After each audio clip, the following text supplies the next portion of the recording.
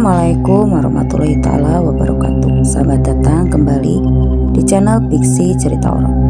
Untuk kisah kali ini masih ada kisah dari tulisannya Untung Prasetyo. Untuk sebuah kisah yang akan saya bawakan kali ini, yaitu sebuah kisah yang berjudul Menikah dengan Jin Muslim. Dan untuk seperti apa kisahnya, mari kita lanjut ke ceritanya. Brak. Ya sudah, kalau begitu kau nikah saja sama Demit, bentak Cikman kepada Bang Agam sambil menggebrak meja yang ada di depannya. Hal tersebut dilakukan Cikman karena sudah sangat kecewa dengan sikap Bang Agam yang sudah beberapa tahun ini berubah menjadi lebih temperamental kepada ayah dan ibunya yang merupakan salah seorang pensiunan tentara. Beliau adalah seorang ayah yang selalu mendidik anak-anaknya untuk disiplin dan selalu bertanggung jawab. Didikan Cikman kepada ketiga anak laki-lakinya itu memang sangatlah keras. Tidak jarang anak-anak itu mendapatkan pukulan hanya karena sedikit saja kesalahan. Hal itu pastinya sangat membekas di hati dan pikiran mereka dan mungkin menjadi sifat Agam keras. Sifat keras dari Bang Agam juga disebabkan oleh hal itu. Karena didikan keras dari Cikman itulah Bang Agam menjadi orang yang sangat keras dan tegas. Bang Agam yang berprofesi sebagai guru sering menghukum murid-muridnya, bahkan sampai memukulnya ketika para murid melakukan kesalahan. Berbeda dengan kakak dan adiknya yang memiliki sikap baik dan tidak kasar, Bang Agam menjadi sosok berbeda dari keluarga Cikman. Sikap kasar dan temperamental Bang Agam pun semakin menjadi ketika lamarannya ditolak oleh gadis yang sudah dipacarinya selama 7 tahun. Hari yang seharusnya menjadi hari bahagia untuk Pak Agam berubah menjadi hari yang paling kelam dalam hidupnya. Selama 7 tahun Bang Agam dan kekasihnya itu menjalin tali kasih dengan harapan untuk duduk berdua di pelaminan. Namun semuanya harus pupus ketika keluarga dari sang kekasih menolak lamaran dari keluarga Bang Agam.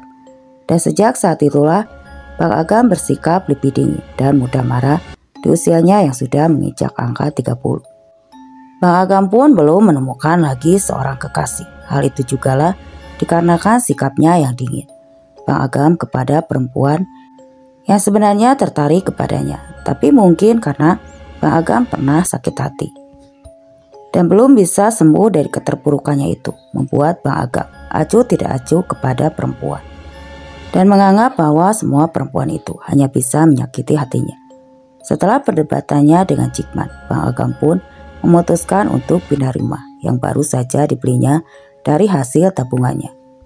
Bang Agam pun meminta kepada keluarganya untuk tidak menemuinya karena dia ingin menenangkan diri. Namun ibunya yang bernama Cikmai tidak tega kepada anak keduanya itu. Hingga Cikmai setiap hari datang ke rumah Bang Agam dan meminta anak perempuannya yang bernama Maulid untuk mengantarkan makanan dan meyakinkan Bang Agam jika suatu saat nanti pasti akan ada perempuan baik yang akan menjadi istrinya. Tolong Bu, tolong. Ibu jangan singgung-singgung soal pernikahan.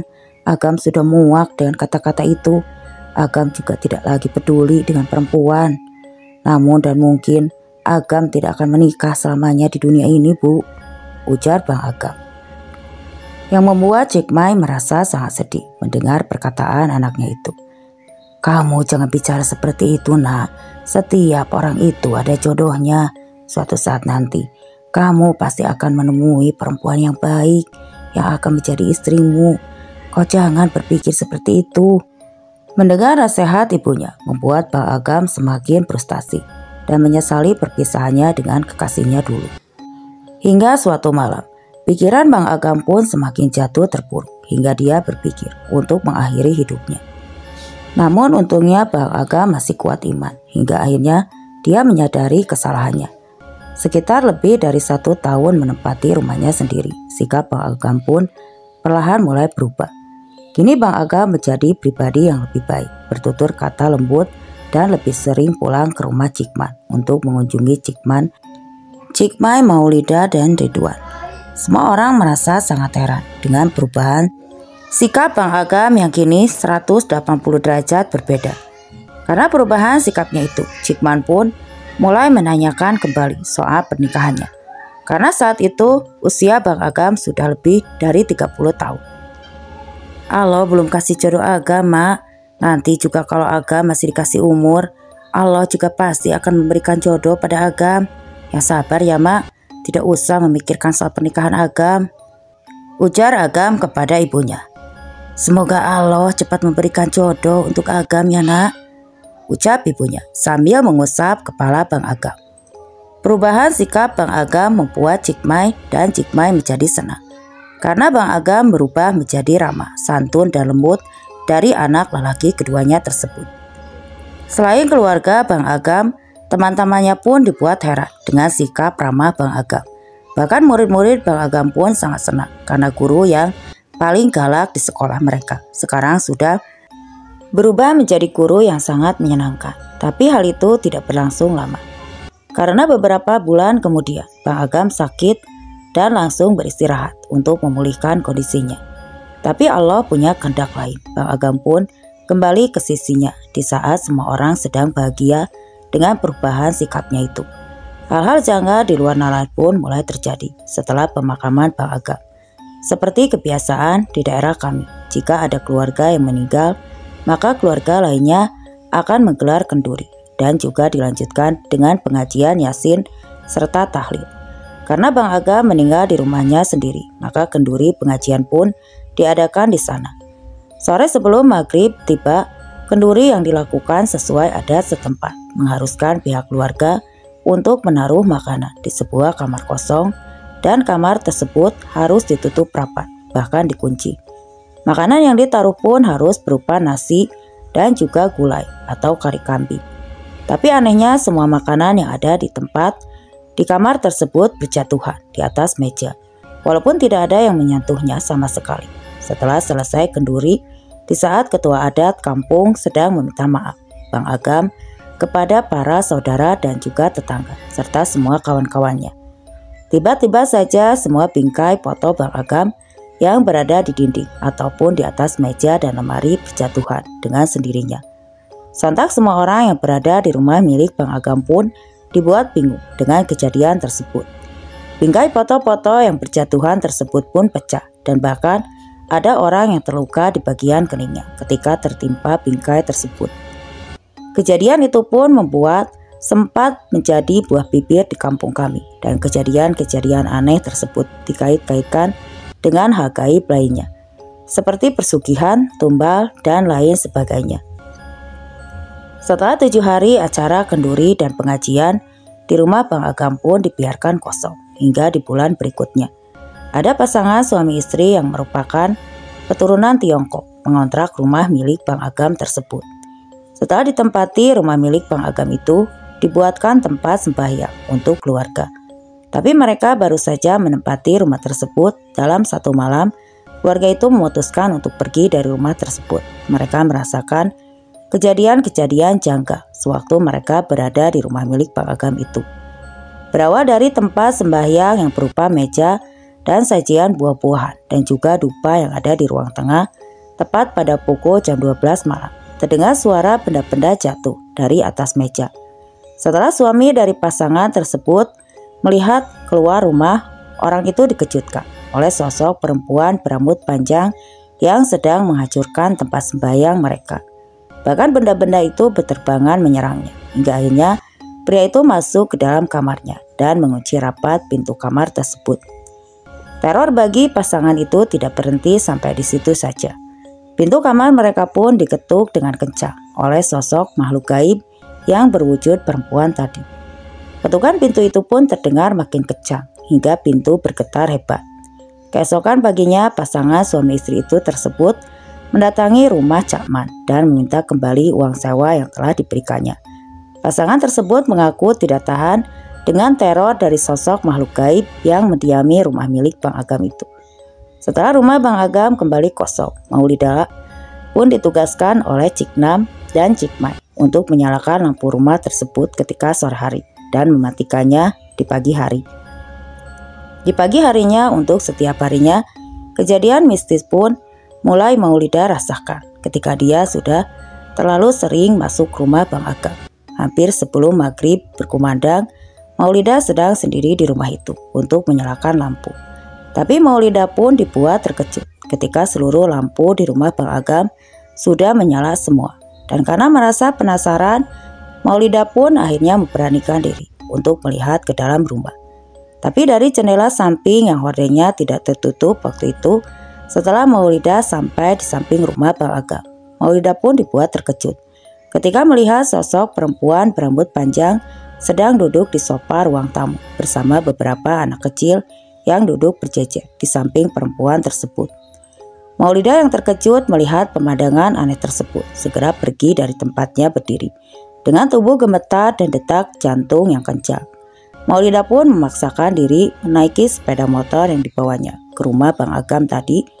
Sesampainya di rumah, Maulida pun menceritakan apa yang tadi dilihatnya kepada ayah dan ibunya. Tapi Cikmai dan Cikman sama sekali tidak mempercayai dengan apa yang diceritakan oleh Maulida. "Kamu hanya berhalusinasi dah. Mana mungkin ada anak-anak sebanyak itu di rumah Agam," ujar Cikman yang malah menertawai anak perempuannya tersebut. "Ayah ini tidak percaya apa yang aku katakan. Besok-besok aku tidak mau lagi pergi ke rumah abang," balas Maulida yang merasa kesal karena apa yang dialaminya tidak sedikit pun mendapat tanggapan dari ayah dan ibunya. "Besok malam kita coba deh menginap di sana dah. Ajak juga adikmu. Kalau ayah dan ibu ikut, aku mau. Tapi kalau tidak, malas ah," balas Maulida sambil berlalu menuju ke kamarnya. Pada keesokan harinya berangkatlah semua keluarga Cakman menuju ke rumah milik Bang Agam. Dan sekitar pukul 9 malam, Cikman yang merasa tidak enak badan pun mengajak Cikmai untuk pulang. Awalnya Maulida enggan untuk tidur di rumah milik Bang Agam itu jika hanya berdua dengan Ridwan adiknya. Tapi setelah Ridwan meyakinkan kakaknya itu, akhirnya Maulida pun mau menginap di rumah yang menurut Maulida sudah menjadi rumah hantu. Di malam pertama Maulida dan Ridwan menginap, tidak ada kejadian aneh yang mereka berdua rasakan. Semua terasa aman, hanya saja suhu udara di rumah itu terasa sangat panas karena tidak mendapati hal-hal aneh. Maulida pun mulai memberanikan diri untuk berada sendirian di rumah itu. Karena merasa nyaman, Maulida pun memutuskan untuk tidak pulang hari itu. Maulida hanya berpesan kepada Ridwan untuk membawakan ibunya makanan. Pada siang harinya, Cikmai dan Cikman datang membawakan makanan untuk Maulida. Mereka pun makan bersama di rumah Bang Agam. Dan ketika sore tiba, Cikman dan Cikmai pun meninggalkan Maulida pulang. Maulida pun tidak merasa keberatan karena dia merasa aman di rumah almarhum kakaknya itu. Di malam kedua, Maulida yang berada di rumah Bang Agam sendirian pun mulai mengalami kejadian aneh yang membuatnya merasa ketakutan. Maulida yang sedang mengalami menstruasi pun mengganti pembalutnya dengan pembalut yang baru. Tapi karena merasa takut sendiri berada di kamar mandi, Maulida pun membiarkan pembalut kotornya di kamar mandi tanpa mencucinya terlebih dahulu. Setelah itu Maulida pun kembali ke kamar dan menempatinya dan mulai membaringkan diri di tempat tidur. Sekitar jam 12 malam, Maulida merasakan sesak napas dan lehernya seperti ada yang mencekiknya. Maulida pun meronta-ronta dan berusaha keras untuk melepaskan diri. Tanpa terasa sakit dan panas, dan Maulida pun merasa seperti melihat sosok perempuan berambut panjang yang duduk dan mencekik lehernya. Ketika Maulida hampir menyerah dan merasa mulai kehilangan kesadarannya, sosok perempuan yang tadi mencekiknya tiba-tiba saja menghilang dan membuat Maulida tersentak dan berusaha menghirup napas sedalam-dalamnya. Ketika rasa sakit Maulida mulai mereda, tiba-tiba Maulida merasakan bau amis di lehernya dan betapa terkejutnya dia ketika di lehernya telah menempel pembalut bekas yang tadi diletakkannya di dalam kamar mandi. Setelah pukul 3 pagi, Maulida pun memberanikan diri untuk mencuci pembalut tersebut dan membuangnya di tempat sampah. Maulida yang mau menceritakan kejadian yang dialaminya tadi malam pun merasa malu karena biar bagaimanapun pembalut yang mencekik lehernya itu adalah pembalut kotor yang memang sengaja ditinggalkannya di dalam kamar mandi. Kejadian mengerikan itu pun berlanjut pada hari berikutnya, di mana Maulida yang malam itu ditemani oleh Cikmai. Sore menjelang maghrib, Maulida pun masih berada di halaman belakang rumah Bang Agam. Entah apa yang sedang dilakukannya sore itu, dan ketika azan maghrib terdengar, Maulidah yang sedang duduk bersantai di sebuah kursi panjang pun mengalami lagi kejadian yang membuatnya bingung. Ketika Maulidah sedang duduk dan azan terdengar, tiba-tiba saja wajah Maulidah basah kuyup seperti ada yang menyiramnya. Padahal sore itu hanya dia sendiri yang ada di tempat itu. Menyadari adanya hal ganjil, Maulidah pun segera berlari ke rumahnya dan mengunci pintu belakang rumah tersebut. Maulidah yang merasa ketakutan pun menceritakan apa yang baru saja dialaminya kepada Cik Mai. Tapi Maulidah malah ditertawakan oleh ibunya karena tubuh bagian atasnya basah kuyup. "Kok ini macam anak-anak saja, main apa kok di belakang rumah?" tanya Cik Mai sambil mentautkan alisnya. Dan Cik Mai pun meminta Maulidah untuk mandi lagi dan mengganti pakaiannya. Ketika malam tiba, Maulidah dan Cik Mai pun tidur di dalam kamar yang sama. Dan kejadian yang sungguh tidak masuk akal pun mulai menimpa keduanya secara bersamaan. Walaupun itu hanyalah sebuah mimpi, di dalam mimpinya Cik Mai dan Maulidah bermimpi bertemu dengan sosok perempuan berambut panjang dengan gaun putih bersih sedang menyisir rambutnya. Maulidah pun sangat terkejut karena dia pernah melihat sosok wanita tersebut ketika dia mau menyalakan lampu rumah itu. Di dalam ruangan keluarga di rumah milik Bang Agam tersebut, Cik Mai dan Maulidah akhirnya bisa mengetahui apa yang sebenarnya terjadi dengan Bang Agam ketika mereka berdua dapat berkomunikasi dengan sosok perempuan dari bangsa jin ini. "Maaf nak, anak ini siapa ya?" tanya Cik Mai dengan lembut kepada sosok perempuan cantik dengan wajah pucat dan rambut panjang yang terurai. "Namaku Humaira, Bu. Aku dari bangsa jin muslim," jawab sosok perempuan misterius itu. "Apa yang sedang anak lakukan di sini? Apa anak ini penunggu rumah ini? Ataukah anak ini datang karena rumah ini sudah lama kosong?" tanya Cik Mai. "Aku bukan penghuni asli tempat ini. Aku juga bukan pendatang, Bu. Tapi aku adalah istri dari anak ibu yang bernama Agam," jawab sosok perempuan dari bangsa jin tersebut. Jawaban dari sosok yang bernama Humaira itu sontak membuat Cik Mai dan Maulidah terkejut dan juga bingung. Mereka berdua jelas tidak mempercayai apa yang telah dikatakan oleh sosok tersebut. "Apakah anak ibu yang bernama Agam ikut menjadi bangsamu saat ini, nak?" tanya Cik Mai. "Karena kami merasa ada yang aneh dengan kematian anak kami itu. Dia hanya sakit di pagi hari, lalu pada siang harinya dia sudah meninggal dunia." "Tidak, Bu, Bang Agam sudah berada kembali ke sisi Allah Subhanahu wa Ta'ala. Bang Agam tidak ikut ke alamku," jawab Humaira, sosok jin perempuan itu. Sontak saja jawaban itu membuat Cik Mai dan Maulidah saling pandang karena merasa bingung. "Ibu itu tidak mengerti, nak. Anak ini bilang kan kalau anak ini dari bangsa jin, sedangkan anak ibu itu kan dia adalah manusia biasa. Tapi anak bilang kalau anak sudah menikah dengan anak ibu, Agam. Bagaimana ceritanya?" "Kami jadi bingung, nak," balas Cik Mai. "Dulu sewaktu pertama kali Bang Agam pindah ke rumah ini, aku melihat Bang Agam sangat putus asa, Bu.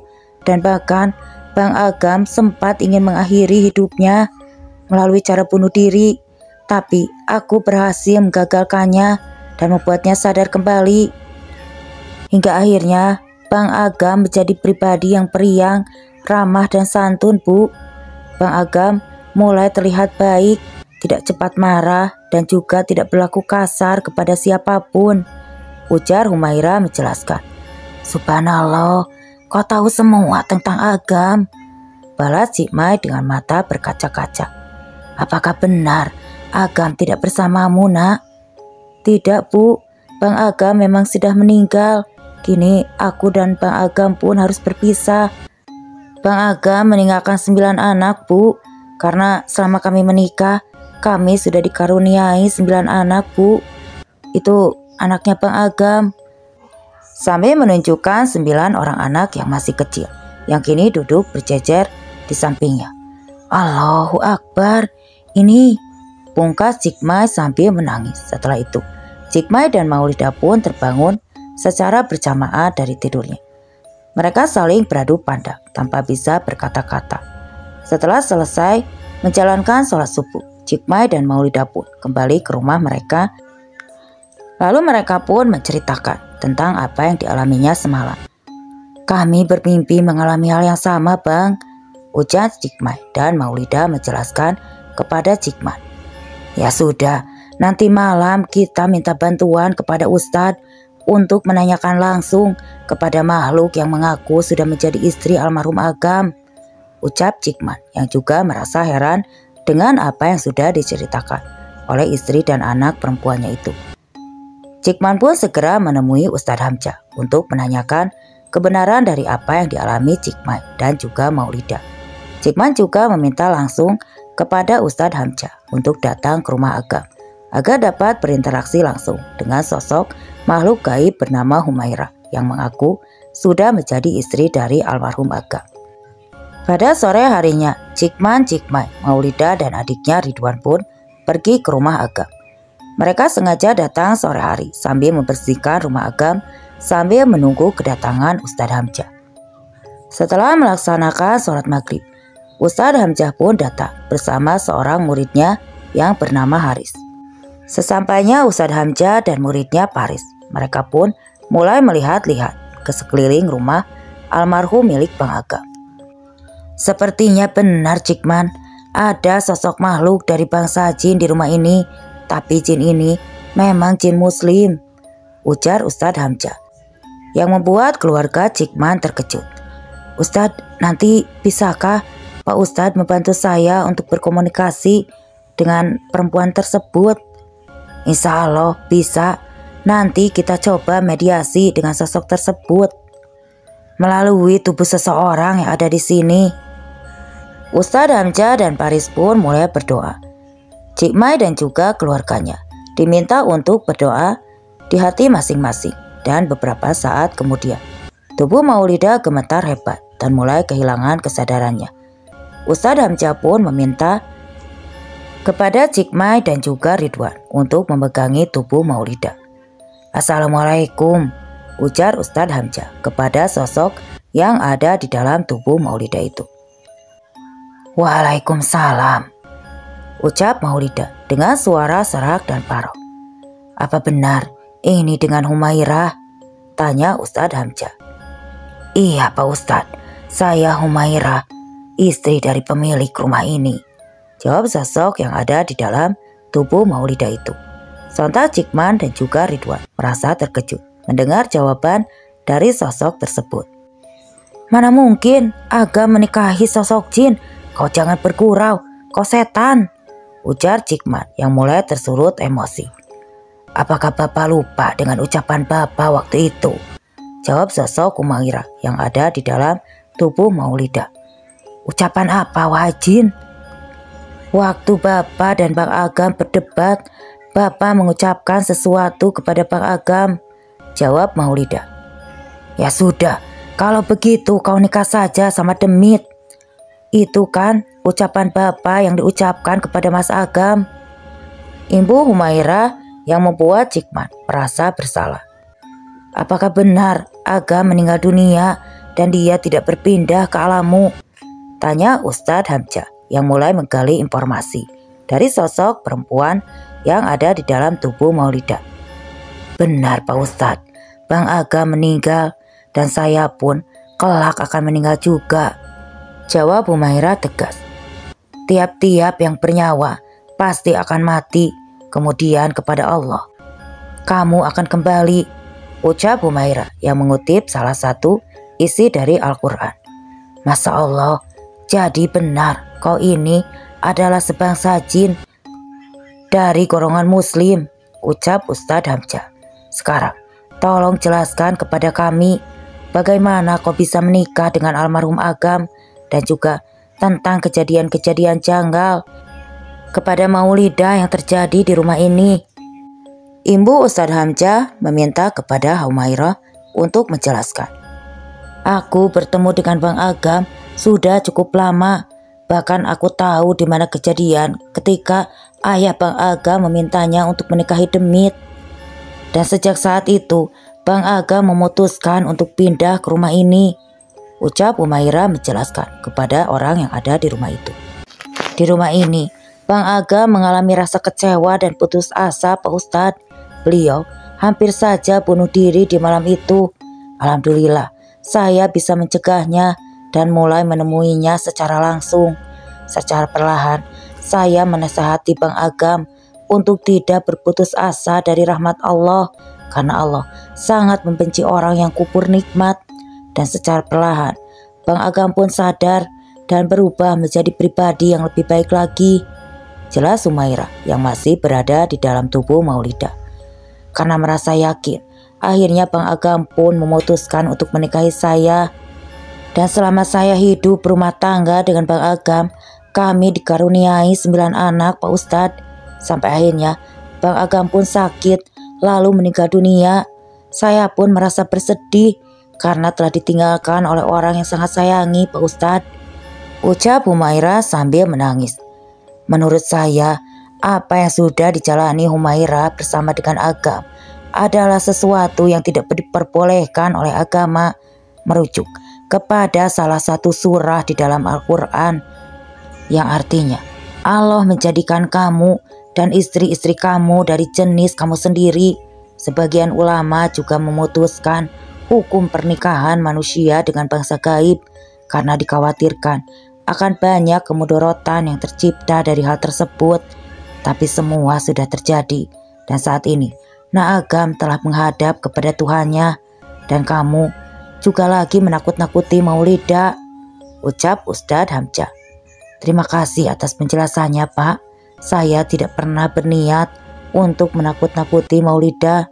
Saya hanya memperingatinya untuk tidak melakukan hal-hal buruk dan saya juga mencoba untuk menasehati dia, Pak Ustadz.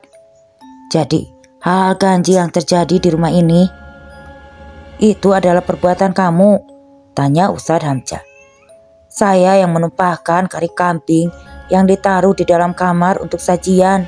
Saya juga yang menjatuhkan foto-foto almarhum Bang Agam. Waktu Pak Ustadz meminta maaf beliau kepada orang tua, saudara, teman dan kerabat lainnya, saya merasa kecewa dengan keadaan karena sebagai istri dari Bang Agam, saya tidak disebutkan di situ, jawab Humaira sambil menangis. Saya sengaja menumpahkan kari kambing di dalam kamar. Itu adalah perbuatan syirik. Memberi makanan kepada makhluk gaib secara sengaja itu adalah perbuatan yang dilarang oleh agama, Pak Ustadz. Saya juga mengusir orang yang menempati rumah ini karena saya tidak ingin ada kemusyrikan di rumah ini, ucap Humaira menjelaskan. Maksudmu kemusyrikan seperti apa yang sudah dibuat orang itu?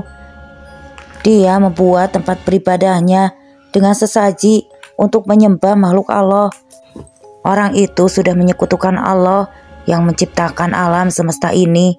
Saya tidak berkenan, makanya saya menghancurkan tempat beribadatannya serta menakut-nakutinya malam itu, jawab Humaira tegas. Pantas saja pasangan suami istri itu hanya betah 1 malam di rumah ini. Kita harus menghargai perbedaan agama, wahai Jin Humaira, sahut Cikma yang merasa kesal dengan penjelasan dari makhluk tersebut.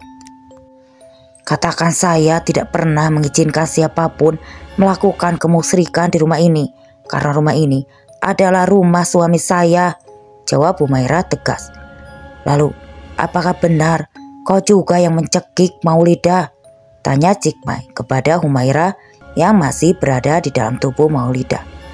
Saya hanya ingin memberitahunya bahwa kotoran darah itu hendaklah harus dibersihkan dan dibuang dari dalam rumah, karena jika tidak, maka akan mengundang sosok-sosok makhluk gaib atau jin-jin kafir yang dapat mengganggu manusia. Lalu, kau juga yang membuat pakaian Maulidah basah di saat sore kemarin. Benar, Bu. Saya yang memberitahu jika waktu surup, janganlah kau berada di luar rumah, karena saat matahari tenggelam dan berganti malam, disitulah makhluk-makhluk gaib jahat mulai berkeliaran, jawab Humaira menjelaskan. Saya juga yang membuat Maulidah terjatuh ketika dia membeli makanan di malam hari itu, karena sebelumnya Dia telah mengusir dan menendang seekor kucing yang meminta sedikit makanan darinya.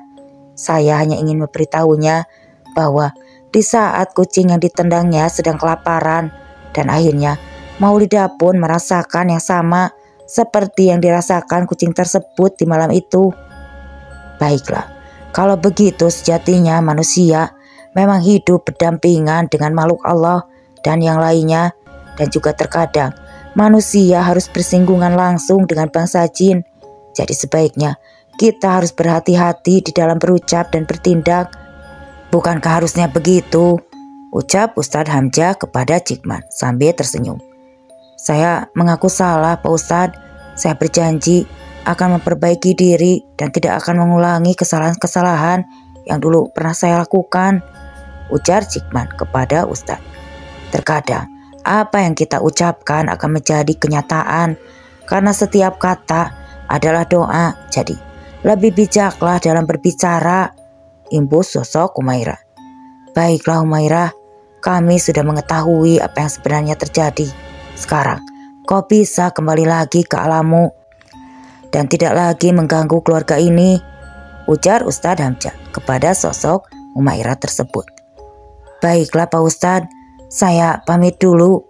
Assalamualaikum warahmatullahi wabarakatuh, ucap Humairah sambil meninggalkan tubuh Maulidah. Seketika tubuh Maulidah pun merasa lemas dan kini dia sudah kembali mendapat kesadarannya. Dan setelah selesai dengan urusannya itu, Ustadz Hamzah dan Paris pun pamit undur diri dari rumah almarhum Agam. Ustadz Hamzah pun berpesan kepada Jikman dan juga keluarganya untuk bersikap baik di rumah almarhum Agam. Karena Ustadz Hamzah yakin kalau sosok jin yang bernama Humairah itu masih ada di dalam rumah ini. Karena dia menganggap bahwa ini adalah rumahnya sendiri. Dia memiliki 9 anak dan dia pun, saya yakin dia akan tetap tinggal di rumah ini. Karena bagaimanapun rumah ini adalah milik almarhum suaminya, ujar Ustadz Hamzah. Tapi benarkah Agam meninggal secara sempurna Pak Ustadz? Apakah Agam tidak ikut ke alam gaib tempat Humairah itu berada? Tanya Jikman yang masih penasaran dengan keberadaan Agam. Benar Jik, Agam telah meninggal dan dia tidak ikut ke alam jin bersama Humairah. Karena pada dasarnya jin juga akan mengalami kematian sama seperti manusia, jawab Ustadz Hamzah menjelaskan. Insya Allah Humairah sudah berkata jujur kepada kita. Baiklah Pak Ustadz, kalau begitu insya Allah kami ikhlas dan merelakan Agam, ucap Jikman sambil menangis. Ya, sebaiknya memang begitu Ci, ikhlaskan kepergian Agam supaya dia tenang di alamnya. Kita semua telah mendengarkan dengan jelas penjelasan dari sosok jin yang bernama Humairah tadi, dan sepertinya kita harus bisa mengambil hikmah dari semua kejadian-kejadian yang menimpa keluarga ini. Dengan kejadian ini, iman kita semakin bertambah kepada Allah Subhanahu wa Ta'ala dan menjauhkan kita dari kemusyrikan. Setelah kejadian malam itu, seluruh keluarga Jikman pun perlahan memperbaiki diri. Maulidah yang juga memiliki sifat keras seperti Jikman pun perlahan mulai menjadi seorang wanita yang lembut dan santun. Selain itu, Maulidah pun terlihat lebih tekun dalam beribadah. Maulidah juga banyak bersedekah dengan uang yang didapatkannya dari hasil suaminya bekerja. Hingga suatu hari sosok Humairah mendatangi lagi Maulidah di rumah Bang Agam. Maulidah bersama 9 anaknya menampakkan diri langsung di hadapan Maulidah. Humairah terlihat sangat cantik dan wajahnya berseri, sama seperti ke-9 anaknya yang mulai tumbuh agak besar. Humairah dan ke-9 keponakannya itu tersenyum bahagia kepada Maulidah. Sepertinya Humairah tahu bahwa kini Maulidah telah memperbaiki diri dan menjadi orang yang lebih baik lagi. Tidak hanya merubah sikap Bang Agam, Humairah pun merubah sikap semua keluarganya secara tidak langsung. Jikman yang berperangai keras pun kini berubah menjadi lebih lembut dan lebih baik. Sudah jarang berkata kasar kepada siapapun. Begitu juga dengan Ridwan. Mereka semua pun ikut berubah menjadi lebih baik. Sejak menampakkan diri secara langsung di depan Maulidah, sosok Humairah pun kini tidak pernah lagi datang menyapa Maulidah maupun keluarga yang lainnya yang ada di rumah almarhum Bang Agam. Kisah ini dialami oleh kami sendiri. Tidak ada tujuan kami berbagi cerita untuk menceritakan keburukan seseorang. Tujuan kami untuk bercerita adalah untuk berbagi pengalaman yang bersinggungan dengan hal-hal gaib. Dan semoga ada pelajaran yang dapat diambil dari kisah ini. Dan cerita pun selesai. Oke teman-teman, sekian untuk kisah kali ini. Semoga apa yang sudah saya sampaikan dalam kisah ini dapat dijadikan pembelajaran untuk kita semua. Dan terima kasih untuk yang sudah mampir di channel ini. Wassalam.